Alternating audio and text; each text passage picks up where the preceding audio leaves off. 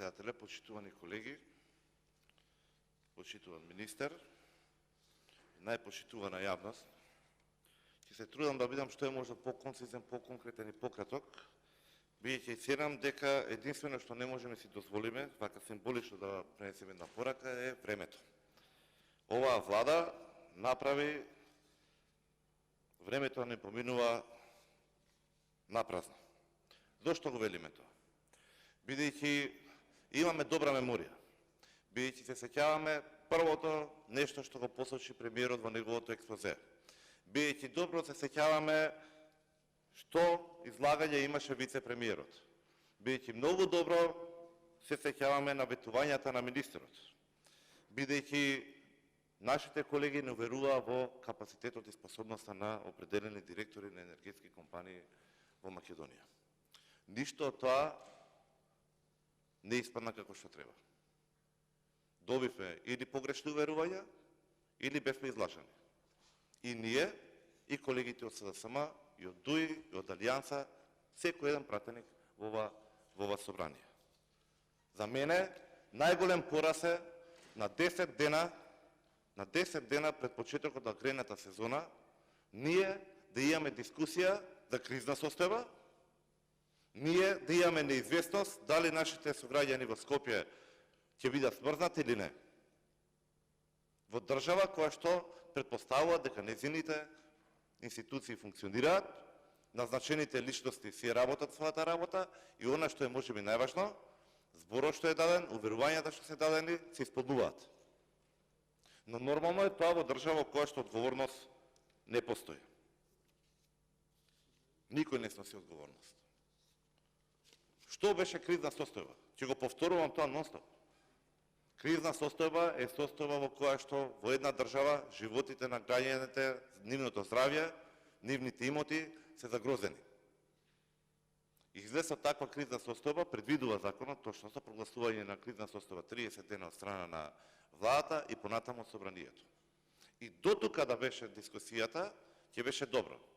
Одговорна влада, одговорни министри, одговорен директор ќе излезе со акцијски план, со мерки, со концепт, и откако ќе излезевме од кризата, понатаму ќе имавме простор ние за дискусии, расправи и размена на аргументи во ова собрание. Дали тоа морало да се случи, дали сме биле приморани нистото, какви биле ефектите, да се направи сума сумарум, да се разгледаат извештаите и да знаеме како понатаму сите заедно да направиме чекори, забелешки, препораки, сеедно. Како ќе се движиме понатаму, тие грешки, таква ситуација да не ни се случи. Што е проблемот? Проблемот е бидејќи ние повторно сте во ова собрание и повторно дискутираме за кризи. Од криза во криза, од криза во криза, нема излез. И доколку кај енергетската криза, може би е малку по-комплексна тематиката, многу повеќе фактори се во игра. Може би имаат и повеќе оправдувања. Кај топлинската криза оправдување нема. Зошто го велам тоа? За да се обезбеди да нема топлинска криза, да не бидат животите и здравјето на нашите сограѓани од Скопје загрозени, потребно е да се обезбедат само две работи. Прво, да се обезбеди економски оператор и инфраструктура кој што ќе создаде топла вода и ќе дистрибуира, и второ, да се обезбеди енергенс со кој ќе се затопли водата во топланите. Може би на некој му е смешно, може би на некој му е премногу просто, но тоа е толку просто, толку јасно, цела година од преходната криза, нашата влада не успеа да смогне сили, да смогне да изнајде начин, да има капацитет, да постави органите да си го работат своето и да се обезбедат овие две основни работи. Цела година. Знам да укажам дека тоа е четвртина од мандатот. А тука преходно имавме дискусии за состојби какви треба да бидат за 10 или 15 години. Нормално е кога ќе се постави прашањето што правеа година дена. И нема да дискутирам тука за сомнителните тендери, за истражувањата на јавното мислење, за мислењето на компаниите, за корупцијата што е скриена, безпотребното време што е потрошено на небитни работи, на погрешен фокус. Тоа беше доволно кажано и во работата на комисиите, и во работата на оваа пленарна седница денес. Јас претходно укажав дека можеби е голем гаф на вице-премиерот кога рече причините за кризата е доаѓањето на грејната сезона. Испадна дека навистина не знаеле дека доаѓа зима и имаме грејна сезона. Зошто го велиме тоа? Бејќи повторно имаме неизвестност, повторно имаме несигурност и повторно немаме здраво издржано решение. Без оглед колку скапо или ефтино. Немаме ниту економски оператор, немаме ниту инфраструктура, немаме ниту енергенс со кој што имаме сигурност дека за 10 дена нашите радиатори ќе бидат топли. Идеме со ред. Имаше интензивни активности изминативе 10 дена, но тоа е можеби најголемиот пораз. Сите тие активности требаше да бидат завршени уште со минатата криза. Уште во текот на пролета да имаме ние можни алтернативи, да избереме или да се надмудруваме или да се препираме околу кој е најдоброто, најевтиното или најиздржливото решение. Ние немаме решение. Се уште. На 10 дена пред почетокот официјален на грејната сезона. Нашиот вице-премиер спиеше на ово дека БЕК испорачал топлината. Иако имаше укажување јасно од БЕК дека нема ниту правна, ниту никаква обврска. Истечени се сите законски рокови, кај што тоа не треба да се направи. Не се секирете, сигурно ќе биде. Половина час потоа доаѓа демант директно од премиерот, кај што веле ние се уште преговараме со фирмите. Еве проверете. И моменталниот собственик нема направено технички прием на топланите.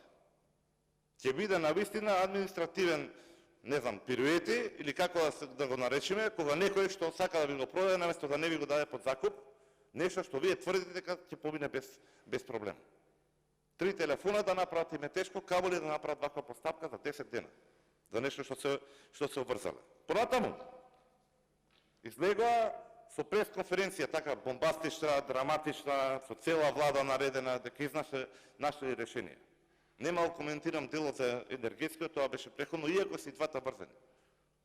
Паѓањето на топлинскиот сегмент, доколку не се обезбеди или имаме пат на системот за нормално снабдување за топлинска енергија, автоматски секој еден граѓанин, тоа ќе го направиме јас и вие, ќе уклучиме греалките на струја. Дополнително ќе го товариме нашиот енергетски систем и уште потешка ќе биде ситуацијата, кај што знаеме дека многу тешко ќе биде изгледа да се најде. Го имаме истиот министар, истиот директор, истиот премиер.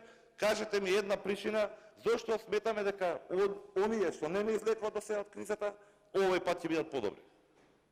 Особено ако имаме предвид дека мерки и активности нема.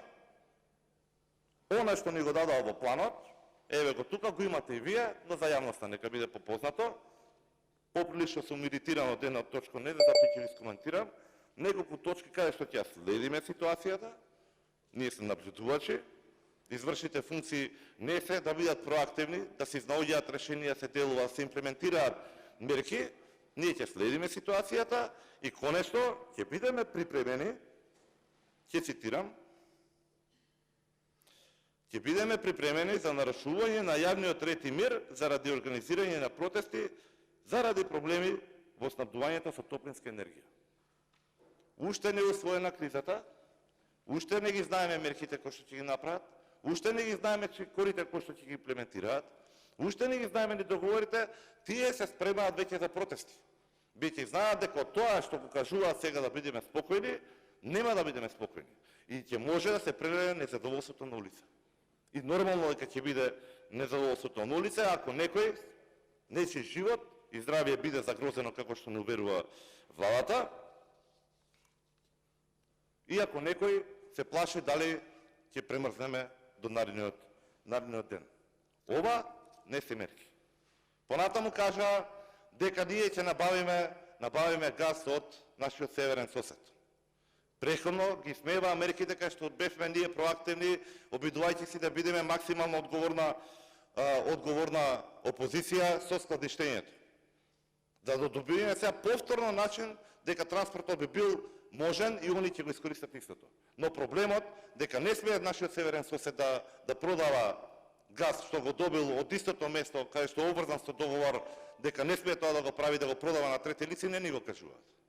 Само ќе ги искористам последните 10 секунди.